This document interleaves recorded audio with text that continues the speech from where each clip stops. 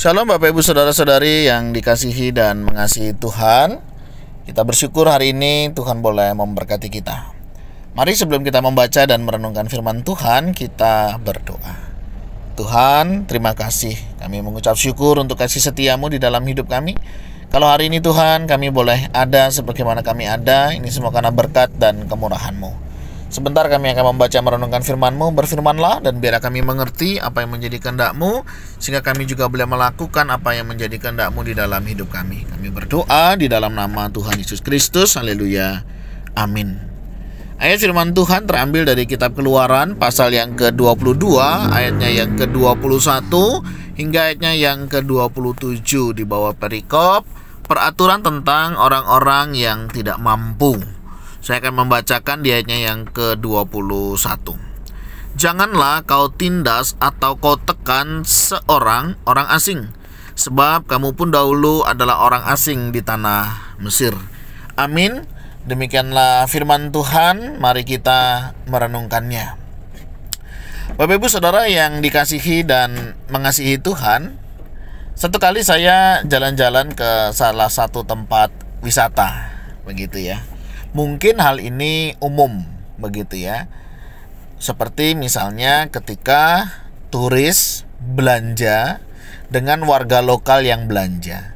Pada umumnya ini berbeda, begitu ya. Kalau turis biasanya lebih dimahalkan dibanding wisatawan lokal yang membelinya. Saya juga heran kenapa demikian. Ya, mereka bilang sebagian ya karena mereka wisatawan dari luar negeri, tentunya banyak uang ya. Sedangkan kita kan mungkin mereka tahu kita terbatas ketika kita berlibur. Nah, memang ini bisa plus, bisa minus begitu ya. Kalau saya sih melihatnya lebih kepada sesuatu yang kenapa harus begitu. Nah, beberapa waktu yang lalu menarik juga, ada dua kota tujuan wisata. Satu kota itu menerapkan kenaikan parkir di masa-masa liburan itu, bahkan bisa 3 kali lipat dari ongkos parkir biasanya. Sedangkan di kota sebelahnya ya, tempat tujuan wisata juga, pemimpin pemerintahannya lokal ya menyampaikan jangan ada kenaikan parkir. Dan ternyata dari hasil survei begitu ya, kota yang tidak menaikkan harga parkir ini jauh lebih ramai dibanding satu kota yang menaikkan harga parkir menurut kemauan mereka. Nah, Bapak Ibu Saudara, dari sini kita bisa melihat akan ketertindasan atau perlakuan yang berbeda ketika di masa-masa yang berbeda akan memberikan pengaruh atau dampak kepada kehidupan mereka. Nah, hal ini juga diingatkan kepada bangsa Israel ya, supaya mereka ketika mereka berjumpa dengan orang asing atau mereka berjumpa dengan orang yang dalam tanda petik tidak mampu, jangan memperlakukan semau mereka. Di sini dikatakan ada dua perintah. Janganlah kau tindas atau kau tekan. Nah, seringkali memang penindasan, penekanan itu seringkali terjadi ya, baik kepada orang asing maupun kepada orang-orang yang boleh dikatakan tidak mampu. Nah, bagaimana kita bersikap? Ya, mari kita belajar dari kisah ini ya. Bagaimana kita memperlakukan orang ya sebagaimana kita harusnya memperlakukan. Tidak karena dia orang asing, karena dia orang tidak mampu, sehingga kita memandangnya sebelah mata atau mengambil kesempatan di dalamnya. Apakah hal ini bisa terjadi juga di dalam kehidupan kita hari lepas hari? Sangat mungkin saja terjadi. Terkadang ya, sangat mudah bagi kita mencurigai ya orang-orang yang tidak mampu ketika misalnya ada sesuatu terjadi ya. Satu kali misalnya ya, kita orang tidak mampu ada di satu tempat, terus kemudian ada orang kehilangan, biasanya mata orang itu akan tertuju kepada kita.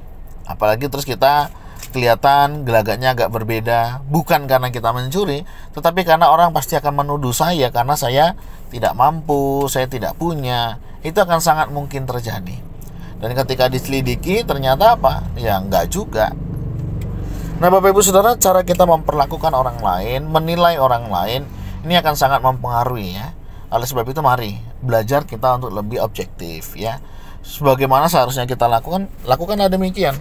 Jangan sampai karena kita merasa bisa ya, kita merasa mampu, kita menilai orang lain lebih rendah dari kita dan kita memberikan penilaian-penilaian yang negatif buat mereka. Mari kita belajar untuk lebih berhikmat, lebih bijaksana di dalam kita menilai, memperlakukan orang lain. Cara kita memperlakukan orang lain itu mempengaruhi bagaimana kehidupan iman kita di hadapan Tuhan.